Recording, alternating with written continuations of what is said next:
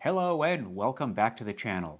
Today we're going to take a look at a Meade 8-inch f10 Schmidt-Cassegrain LX90 version, a very popular telescope. Let's check it out. Now Meade's LX200 series, that is their flagship, has always been a very popular choice among astronomers looking for a do-it-all computerized telescope at around the $2,000 price point. Starting around the year 2000, they came around with this new model, the LX90, which is a little bit cheaper. Through the years, they've upgraded this model. Somewhere around the mid-2000s, they added GPS and the ultra-high transmission coatings, and then later they added the ACF, that is the Advanced Coma-Free Optics, that is the better of the optics packages. It's getting to the point where the LX90 is a viable alternative for those people looking to save a little bit of money as opposed to an LX200. This model is $1,799. A full-fledged LX200 is now priced at around $2,699. That $800 savings is not insignificant. You could buy another nice telescope for that. And it's getting harder to tell, even from Meade's website, what the differences are between the LX90 and the LX200. Both use exactly the same optics and the same tripod, but the LX200 is said to have upgraded electronics that are more accurate and better for astrophotography.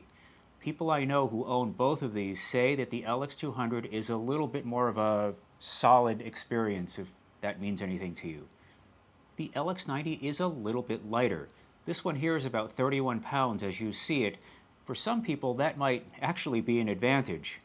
So people ask, is there a difference in stability between the LX90 and the LX200?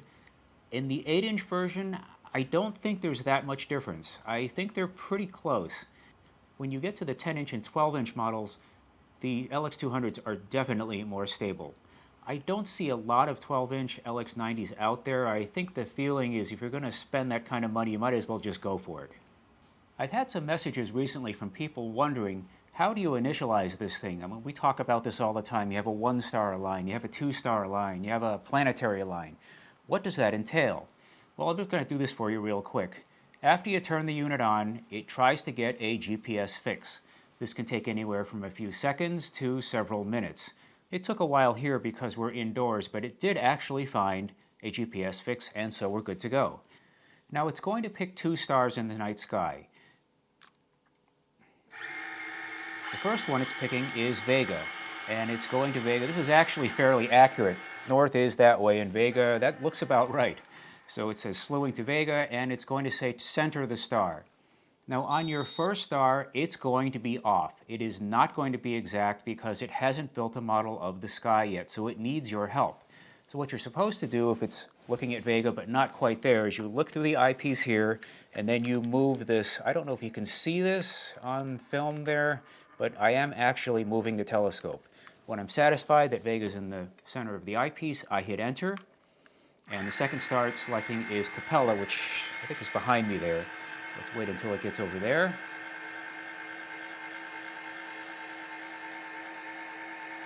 By the way, these were a lot quieter than the LX200s. I couldn't talk over the early LX200 models. Okay, so when you get to the second star, it should be a lot better. Might still be off a little bit. It's going to require a little bit of fine-tuning here. Let's say it's fine-tuned a little bit, and then we hit enter, and then it says align successful. Now we're all set to go. The sky is your playground. Have fun with it. Normally, of course, we would be outside, it would be dark, and this unit here would be sitting on a tripod instead of this desk. But from this point, you can do so much. I can't even begin to describe all of the features in this thing. There are some YouTube videos out there that do a much better job than I could describing everything that you can do. But you can dial up any object that you want to look at that happens to be up right now, or you can just hit mode or 0 for a tour, and it will tour the night sky for you, starting with the brightest object and working its way down. I skipped a few key presses here so as not to bore you. But let's say I wanted to look at the Andromeda Galaxy, which I think would be almost straight up right now. There are many ways to get there. You can get there through the Sky Tour, you can get there through named objects, or I happen to know that it's called M31. So I dial that in, and when I hit enter, it says Messier 31. Now when I hit go to, watch what happens. Location. 2.5 million light years from Earth. 20% larger than the Milky Way. Classification. Spiral galaxy. Magnitude. 4.4. Visible with naked eye. Nickname. Andromeda Galaxy. The Andromeda Galaxy was once thought to be a nebula, but Edwin Hubble proved that it was So you see, it'll do lots of things. Where's the volume control on this thing? It'll even talk to you. This has the AudioStar version of the AutoStar. Curiously, the LX200 does not have an option for the AudioStar. It's AutoStar only. Now, if you want to use the telescope in a traditional equatorial mode, you can do this. This assembly weighs about 31 pounds, and we have the wedge up here, and all you do is slide this bolt in here like this. There are two others on the bottom there. I'm not going to bother to thread those in here, and off you go. Now, if you want to use the telescope in Alt-Az mode, this is actually how it comes. Without the wedge, it's the same configuration, except you set it straight on top, and then you make sure this is centered. Now, on a Celestron, you center the telescope on a pin in the middle, and then there are 3 bolts that you tighten around the outside. In the Meade system, there's only 1 bolt in the middle. You don't have to deal with the 3 extra bolts on the outside. I don't know if one system's better than the other, but there you go. Now, if you do want to change this over to the equatorial wedge configuration we saw before, there's 2 additional parts you have to purchase. There's this plate that goes between the optical tube and the mount itself, and that there is the wedge. So figure on spending another $250 or so to get it into equatorial configuration. And here we are on a beautiful New Hampshire winter sunrise morning with this, the LX90, and my older LX200 on the side here. Again, notice how conservative Meade's designs have been through the years. This 2019 model looks almost the same as the one from almost 20 years ago. I point this out because of all of the upgrades they've done to the LX90 through the years. It's actually a better telescope than my older LX200. Don't always assume that an LX200 is better than an LX90. And we're back after several nights of observing, and the experiences with this sample, at least, I think are pretty good. First of all, let's take a look at the star test. Now, if you're not familiar with this, one way to test a telescope's optics is to defocus a star inside and outside of focus. In this case, this is the star Capella. This has a tendency to magnify any problems with the optics. And in this case, there isn't much to talk about, which is a good thing. Notice the star images are nice and round. That won't always be the case. If you have bad optics, they will be oval, or they'll be triangular, or they'll be some other strange shape. You really don't want to see ovals because that is a sign of astigmatism, and that's bad. Also, notice the patterns inside and outside of focus look approximately similar. That's also a good thing. If you look at enough telescopes, you'll see a few bad ones where the ones inside and outside of focus do not look the same. I do want to draw your attention to one minor thing. There is a minor amount of image shift within the optics. That is, when you focus inside and outside, the mirror will shift a little bit. And this is inevitable with any kind of telescope that focuses by moving the mirror. And in this case, this is not bad. They get a lot worse than this. Now, I wouldn't spend too much time worrying about these star tests. I used to be this way. As long as you don't see anything really egregious, I wouldn't let this bother me too much. Don't let this thing rule your life. One cynical definition of an astronomer is somebody who spends more time looking at star images out of focus than they do in focus. So this thing's a lot of fun, especially with the AudioStar turned on. It's kind of fun to listen to see what it has to say, and it has a lot to say about a lot of the showpiece objects in the night sky. If you really want to hear it talk, make it go to the moon. Boy, does it have a lot to say.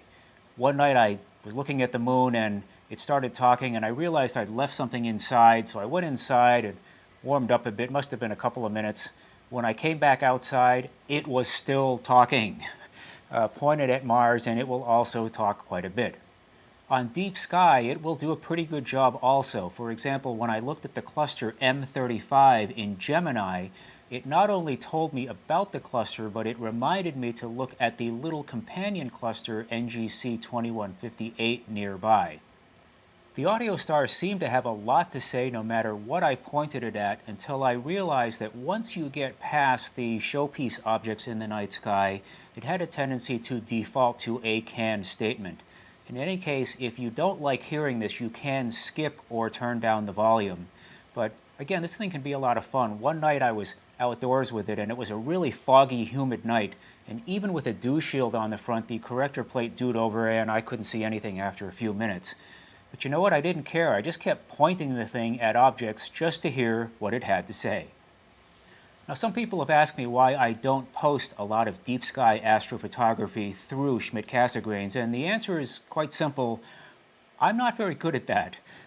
Deep sky SCT astroimaging is a bit of an acquired skill, and it's something I haven't really mastered yet, so until I have, I'll keep plugging away at it. Notice the qualifier I said, deep sky astrophotography. If you're looking to image the moon or the planets, you could argue that you almost can't get any better than a mid-sized Schmidt-Cassegrain. If you look at the master imagers in this arena, we're talking the Damien Peaches of the world, and Christopher Goh, and Robert Reeves, who specializes in the moon, and I'm sorry if I'm leaving you out, but there are so many people who are just excellent at this, and they get images that are I almost don't believe them. I mean, it looks like on some of these Jupiter images, you're almost hovering above the planet. But these people, they just use stock off-the-shelf Schmidt-Cassegrains in many cases. So with the moon, a couple of days from full, this is one of my favorite phases of the moon, and I did capture some of these. So here's the crater Gassendi. You can only see it like this when the moon is a few days from full. Here are the two craters Schiller and Schickard. From our perspective, they look oblong, almost like two giant footprints on the surface of the moon. And here's one of my favorite features on the moon. It is the crater Aristarchus. It is so bright, in fact, it is the brightest feature on the entire moon. And some people with really good vision say that they can even see this thing with the naked eye without any telescope or binoculars whatsoever. Notice the bright crater has a companion dark crater right next to it, and there is a sort of a V-shaped rill in between. And if you use your imagination, some people think that they can see a person. The two craters are the eyes, one dark, one light, and then the rill in the middle is his nose. Okay, so what are the drawbacks of this device? Well, optically, these things still suffer from the stigma of being the jack of all trades and the master of none. I'm not sure that's as true today as it was a few years ago. These things are quite good. You saw the images of the moon I took before. I think these things are underrated as lunar instruments. Usually when you think of somebody who's really into the moon, they're using a nice apochromatic refractor, but these things I think are the unsung heroes in that field. They've got a generous amount of aperture, and they've got a lot of focal length. And the idea that it's the jack of all trades and the master of none, to some people that's actually going to be a plus. You know, these people are like, look, I don't want to devote half my garage space to a giant Dobsonian. I don't want to have to take out a second mortgage to buy an apochromatic refractor. Just give me a telescope that kind of does it all, and I'll go off and have fun by myself. Also, no auto-guider port. A little unusual to see that omission here. You're starting to see that feature even on some mid-priced, mid-size mounts. Now, maybe you don't have any interest in astrophotography, but it would be nice to know that it's there in case you do get interested. If you really do want an auto-guider port on one of these, there's a dongle that you can buy that converts one of these ports labeled auxiliary to an auto-guider port. Would have been nice if it was built in.